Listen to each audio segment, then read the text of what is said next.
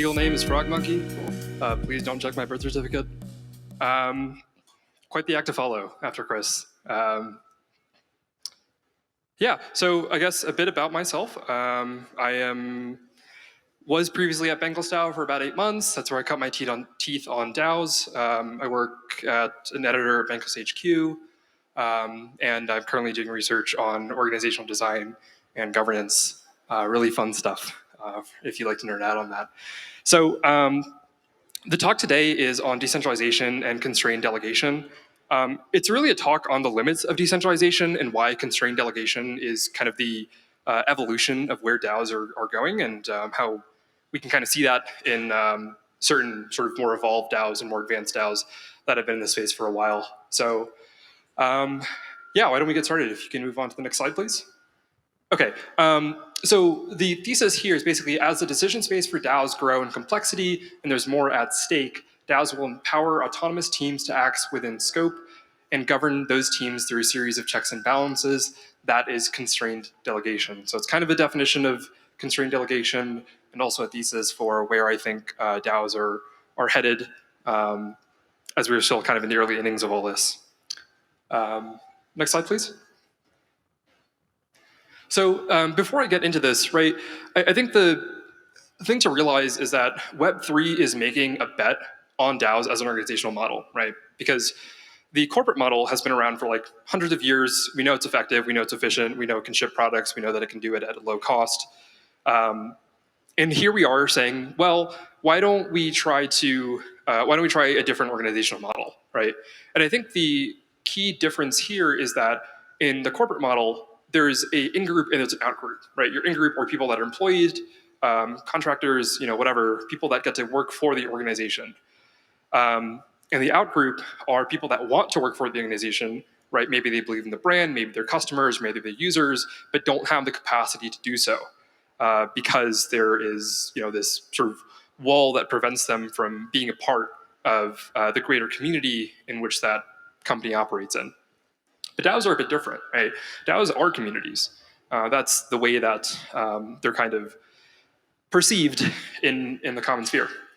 And so if you look at, if you sort of look at this graph as like the people that contribute to DAOs or a DAO and their level of impact, you can see, you have sort of the short tail here, really high impact people, maybe they're core contributors, maybe they founded the DAO, maybe they're working 40, 50 hours a week or whatever. As you get lower down, you start to see people that are part-time contributors, right? They only have a few hours in a week that can really help out, or they're contributing to multiple DAOs. And then you have a long tail, which are, say, token holders, users, protocol customers, whatever. And all of them provide value to the DAO, right? All of them provide value as being part of the community. But if you have a sort of top-down command control model, you don't have a way to actually capture that value, right?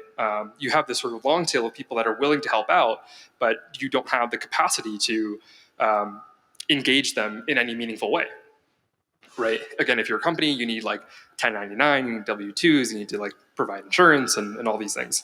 But with DAOs, again, like I said, going back to what I was saying earlier, like Web3 is making a bet that we can actually move away from the command control model and try to do something in a more decentralized way that actually lets us leverage this long tail of contributors and capture the value that they're willing to create. And so I think part of the reason that this becomes possible is, again, because of blockchain, right? You have on-chain primitives, you have tokens, you have token voting, you can stake tokens, you can slash tokens. These are all ways to basically create incentives for you to participate as part of the community and have a stake, right? Ownership over the DAO, over the protocol, over the products and outcomes of whatever that protocol is trying to create. But the question is, will that succeed, right? Will DAOs be able to be more efficient and more effective than the traditional corporate model and actually be able to leverage that long tail and capture the value in that long tail? And frankly, I don't know. I like to think so, but I think that we again are still very in the early innings of this sort of like experimental movement. So next slide, please.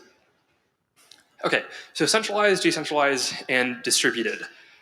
Just a few quick definitions in terms of framing this, right? Your definitions are your centralized model, you have core decision makers. Maybe that's something like friends with benefits, where you have a core team that is making decisions, almost like a corporate model, and distributing some of the powers to the rest of the community later on down the road. You have decentralized, where you have delegated decision makers. So you have people that are empowered to make decisions within the confines of their specific domains. And then you have distributed decision makers, where everyone gets to participate in every decision all of the time. And DAOs usually start as either centralized or distributed. In fact, I don't think they start as centralized or distributed. They don't really start as decentralized. And the reason is, if you look at this graphic here, decentralized, you have sort of spheres of influence, right? All these nodes here are places where power accumulates and coordination accumulates. And when you're starting a DAO, you don't really have that, right? You either have a core team, right? A few people that have started a DAO and have built a community, but they are still the core team, right? This is something like Friends with Benefits or DAO Masters. The other model is distributed. So this is kind of the Flash DAO model, where you just drop a bunch of tokens, you leave open a Discord, and you say, let's see what happens, right? That's how Bankless DAO started, right? Ryan and David from Bankless HQ dropped a bunch of tokens. They had a token-gated Discord, and they said, go do whatever the hell you guys want. And so for the most part, you either start as centralized or you start as distributed, and the goal is to move towards decentralization. And the reason is because in the beginning, the decision space is pretty small, right? You're not making very complex decisions. They're complex in the sense that there's a lot at stake, in terms of forward-looking stake, but you're making some pretty basic decisions, right? How are we going to organize? How are we going to coordinate? What are we going to do? What are mission, vision, values? Things like that. You're all trying to build this thing together. So just, I guess, some context on how I think DAOs typically start. Next slide, please. So the problem is, as DAOs continue to scale, whether you're centralized or distributed, you start to come across some problems, right? Some of those problems, decision fatigue, right? Way too many decisions are being made. This applies more for the distributed model, right? So if you look at Yearn's early, snapshots, or SushiSwap snapshots, right? They're making all types of decisions. Or IndexCoop, I think, is another great example, where IndexCoop has meta governance, right? So not only are they making decisions about their protocol and their product, but they're also making decisions about meta governance, right? Other protocols that are represented in their basket of tokens. So, for example, DPI has Yearn, Wi-Fi in it, and so anytime there's a Yearn proposal, you can leverage sort of the index token to vote on those Yearn proposals with the underlying Yearn or Wi-Fi in the DPI token. And so that creates quite a bit of decision fatigue, where you're asking people to vote all the time. And if you're doing this on Discord, all the more noise that you start to add to that space. So that applies mostly to sort of distributed governance. The other problem is lack of context, right? Not everyone has the right context or the right information to help make the right decision. You can kind of see this with American, elections, where it kind of turns into a popularity contest, where people don't really know policies. People don't really know too much about, what people's stances are, what the pros and cons of a specific proposal is, what the sort of second order impact of a proposal might be, and they're kind of just voting on things, right? Which I think this applies to both the distributed and centralized governance model. So distributed, right? Not all of your token holders are going to have knowledge of the proposal that's being voted on, or again, second order impacts or pros and cons, things like that. And then even with centralized governance, as you scale and you have to make some tough decisions at the periphery of your organization, you're way too busy. You have your hands in way too many pies to have the right context to make the right decisions. This kind of leads into the next one of there's no cost to saying yes. So this kind of applies to distributed governance, where without having any sort of clear decision-making criteria, and the question before that is also who sets the decision-making criteria. This is a problem that we've had at Bankless DAO, where we have grants committee, and everyone just kind of votes yes on the grants going through, because there's no cost to saying yes. Everything gets funded. It's great, and when we try to introduce some type of decision-making criteria where we can evaluate whether a project seems successful, whether we're looking at the team, whether we're looking at the KPIs, Who gets to make those decisions? Because again, it's distributed governance. Everyone needs to be involved in all the decisions all the time, and that goes back to decision fatigue. And so there's very little cost to saying yes, and in fact, there's actually a social cost to saying no. Right? If you say no to something where everyone else is saying yes, people are going to look at you and be like, "Dude, why aren't you proposing this? Right? Or why aren't you supporting this? What's your problem? Like, this is good for the community. This is good for the ecosystem." Even though you know that, are you actually going to be able to deliver on these things? Is this truly aligned with our mission, vision, values, or are we just funding stuff because we have the funds to fund stuff? Another problem at scale is lack of clarity on decision making. So once you start to grow an organization and you have a lot at stake and you're making these difficult strategy decisions or partnership decisions, there's that leads to the question of like, who is actually qualified to make decisions? Where does the power lie in being able to speak on behalf of this organization? And this is a problem that IndexCoop has struggled with quite a bit. Right? So their whole example is like they needed to renegotiate the feed streaming with DPI and DeFi Pulse, and they had like no idea who was qualified or who was in the position of authority or power to take that stance and lead those negotiations. And so and so things just stagnate. Things just like kind of sit there and nothing ever gets done. So again, this is more of a problem with distributed governance. Centralized governance, not so much. But in terms of problems with centralized governance, you can also become misaligned with the community, right? Part of what makes DAOs so powerful is that this is like a community-owned organization. This is something that we get to collectively take part in and move the ball forward together.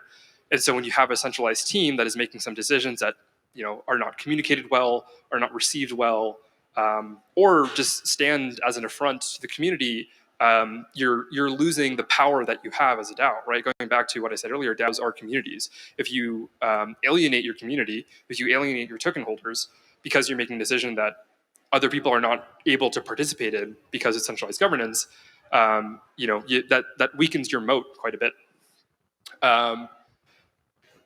Another problem with centralized governance is that it is corruptible and fragile, right? Decisions at scale have these sort of reverberating impacts on the rest of the community. If you're making decisions about strategy, if you're making decisions about product, and if you are in a position of power to make these decisions sort of unilaterally or within a small group, then you can leverage that decision-making power for personal gain or whatever. And so if you are a bad actor and you don't have a way to sort of check these powers in place, that can corrupt your organization and sort of make it more fragile to any bad actors in the space. Next slide, please. Which kind of leads to my next point of, well, we've identified these problems at scale with centralized governance and distributed governance, which is how most DAOs start out before there's any clear indication of where power and coordination is starting to focalize. Which then leads to what, so this is a term that came out of Yearn. I was originally going to call it delegated authority, but I think constrained delegation actually makes more sense. And so this concept here is you're basically delegating governance powers over a very specific decision space to an autonomous group and empowering them to make the right decisions on behalf of the greater whole. So this isn't a clear model or framework. This is more of a set of principles, I think, that can be adapted to your organization depending on how your organization distributes power, what the scale of the organization is, whether you're 100 people, you're 1,000 people. These are more like principles that I think can be applied to remove the cognitive load of having everyone be involved in all types of decisions all the time and actually empowering people with the right context, whether they're core contributors, whether they're heavily bought into to the DAO or they're knowledgeable about these things, and empowering them to sort of make the right decisions on behalf of the organization within reason, right? So some of these principles are defining your decision space, right? So you're basically creating a very specified domain in which you're allowing a team to operate within. And those decisions must be defined and they must be discrete, right? If you allow for ambiguity, then you're allowing for power to bleed into other realms and other domains that should be specified, right? You want to create these hard boundaries. So some examples are having like a budget team or an ops team, an engineering team, a grants team, and basically giving them the decision-making power over their specific domain. But not allowing that to bleed into other elements of this sort of like node of delegated decisions or delegated authority. Similar to, I guess, defining that decision space, it's also allowing people to, or allowing those teams to have autonomy within those decision spaces. So one thing you'll notice is that, one way to calcify sort of operations within a DAO is to define processes and procedures. But if you blindly just set those processes and procedures in place and just kind of hope that's going to apply across the board, you're just asking for trouble, right? You need to allow some flexibility and some creativity in the way that these groups organize, right? If you're forcing everyone to write a spec, if you're forcing everyone to put a proposal, if you're forcing everyone to abide by a certain set of rules all the time, while in theory that's great, it's not flexible. It's quite rigid. And so within the defined decision space, you also want to allow those teams to have some degree of autonomy, right?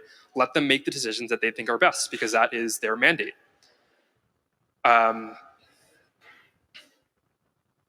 But the question is, how do you prevent them from overstepping? How do you, if you're giving people autonomy and you're giving people authority over a specific decision space, you also need to protect against sort of negative externalities, right?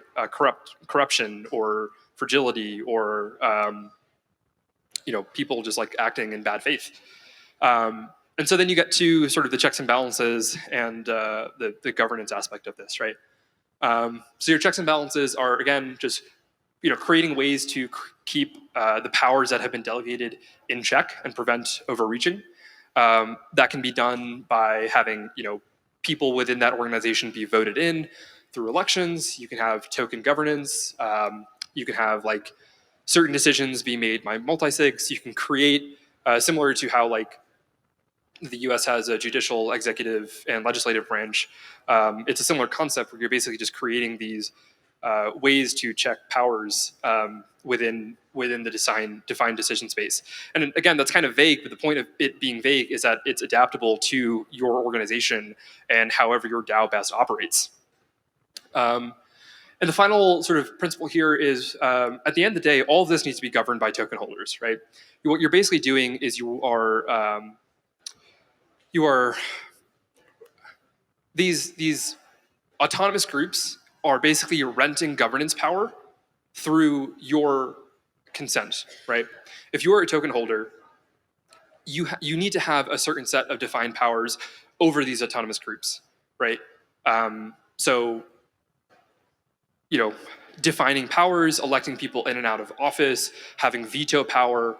These are all ways that you as a token holder get to participate in sort of the meta governance of all these governing bodies and kind of act as like a check and balance against any of these governing bodies sort of overreaching and overstepping their boundaries or acting in a way that is in bad faith or against the wishes of protocol, against the wishes of the community, all these different things. But the power needs to come from the token holders, right? That power needs to get delegated by the token holders to these autonomous groups.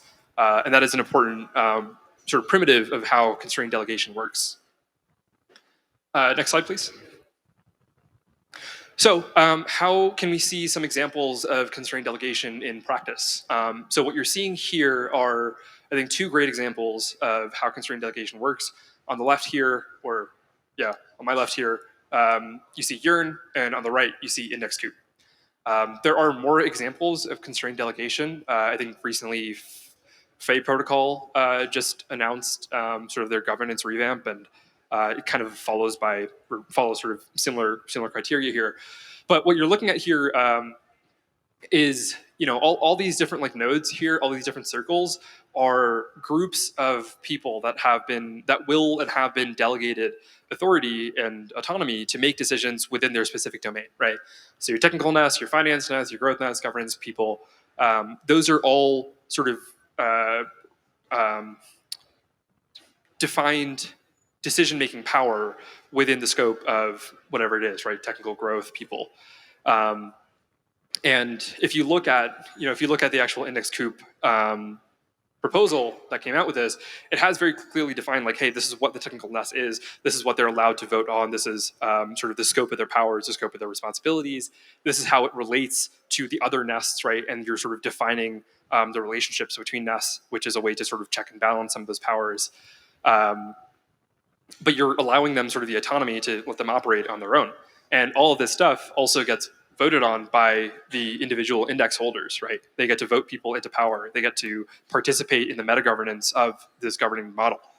Similar with, Yearn here, right? You have why dev, why guard, why brain, why ops, why people, why budget, and why farm. Those are all like specified specified bodies that have a very specific domain. Why ops is sort of the operations, right? Why guard is security team. Why brain is they define the strategies for your vaults. Why budget, like they're the people that choose budgets for all these other teams and make sure everything is like all the line items are correct. But at the end of the day, they all have their defined powers. And if you look at the top here, these are the Wi-Fi holders, right? They're the ones that are actually sort of consenting and voting to allow all these different teams to operate within their specific domains. And they're voting on who the multi-stakeholders are, right? Who gets to actually participate as a part of these organizations or these like sort of, these small Y teams. And so this is sort of the principle of constrained delegation. It's like, you're basically empowering people within a specific context, within a specific decision space, to make decisions on behalf of the organization as part of the greater whole.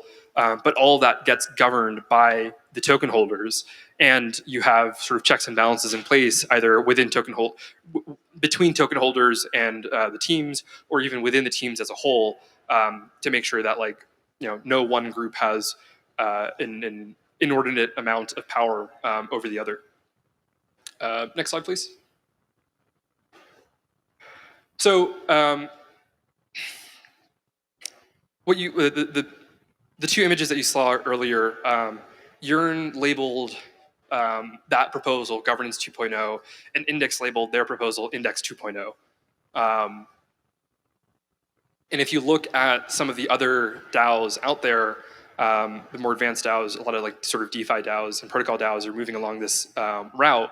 They're all kind of converging on this idea of constrained delegation because they're realizing that either one, if you're a centralized team, right, there's only a certain amount of effective decision making you can make because it requires a lot of context to grow an organization, to grow a DAO. And so they're distributing some of that autonomy to the periphery. Or if you're a sort of purely distributed governance model where everyone gets to participate all the time, you realize that ends up in gridlock and decision fatigue and just things don't happen. Right? That's kind of a problem that we have at Bankless DAO. Is we started as sort of this distributed governance model, and we're starting to realize that we actually do need to empower certain teams and certain groups of people to just make decisions on behalf of the organization. So what does that do here, right? So one is it captures a long tail of value, right? Kind of going back to what I said about earlier about what the bet that Web3 is making in that DAOs are more effective and efficient model because they're able to capture the value of that long tail of contributors and people that want to join and be a part of that community. Because what you're doing is you're creating these very clear avenues, right? This organizational design with very clear governance sort of powers and rights where people can get plugged in, right? Because if you had this, again, this sort of command and control model, right? Imagine like, you're part of like a community in a Web2 company, right? I don't know, Shopify, and like you have to like email the Shopify CEO or like someone on the C-suite and be like, hey, I want to contribute. What do I do, right? That doesn't work. And so if you create these very clear avenues in which people can contribute and participate in without having this bureaucratic funnel, you're able to let that long tail of contributors join the organization at a very low cost to them and start contributing and capture that value, right? The other part, kind of what I've been harping on, is like it kind of offloads the cognitive burden of decision making, right? It creates directives for groups of people to act on their own within their sort of domain of expertise, and that like basically empowers all the right people with the right context to make the right decisions on behalf of the organization. And it's not this just like collective, governing thing that we have to all participate in if we don't have the right context, right information, or the right will to be a part of the decisions. And then finally, like I was saying earlier, it's quite flexible, right? There's no set model, right? Constrained delegation is more of a set of principles that can be applied within your DAO, within your organization. So in the previous slide, right, if you look at the difference between those two models, your index coop, they have perfect, thank you. Index coop has this council of wise owls. I think they're like maybe 7 people that they have like sort of final to say on certain decisions that are not captured within the sort of nest model. Your proposal here, this like there is no real central authority, right? You have the multi-sig, which is they approve transactions, but that's not a central governing body. That's just people that get to press yes on the multi-sig, right? In fact, your sort of central body is actually the Wi-Fi holders up there at the top, and so the constrained delegation model is like quite flexible as to sort of your organization, and I think that's kind of what excites me the most is like there's so much room for experimentation here, right? Because I think like constrained delegation is a combination of like organizational design, governance, and sort of checking and balancing those powers between all the different units of that organizational or all the different units of that organization. And there's a lot you can do there, right? You can do like you can have direct democracy, you can have representative democracy, holographic consensus, lazy consensus, like veto power. Like there's so many different governance mechanisms that you can like introduce to help allow these sort of teams, autonomous teams, to act in a more like effective and efficient way. And I think that's like the ultimate bet that we have to make, is that we can design the right organization model and grease the wheels with the right governance systems in place, such that DAOs can be effective and efficient and not wasteful, right? Because I think that's like the biggest thing is like you look at how a lot of these DAOs are spending their budget, and you see a lot of waste, right? You see a lot of like projects that get spun up that don't really go anywhere. You see massive amounts of capital being deployed in places that like it's not really clear if the capital being deployed like is actually creating value, right? There's like very few sort of KPIs and OKRs that you're kind of measuring against. And so I think the bet is like, if we can find the right org model with the right governance mechanisms in place, then we can actually create effective and efficient organizations, which can then compete with sort of the Web 2 traditional world, right? So yeah, that's what I'm excited about. That's my talk. Thank you for listening. If you have any questions, I'll be around here afterwards. You can find me on Twitter or whatever. Yeah, thank you guys so much for your time. Appreciate it. Enjoy the rest of the conference.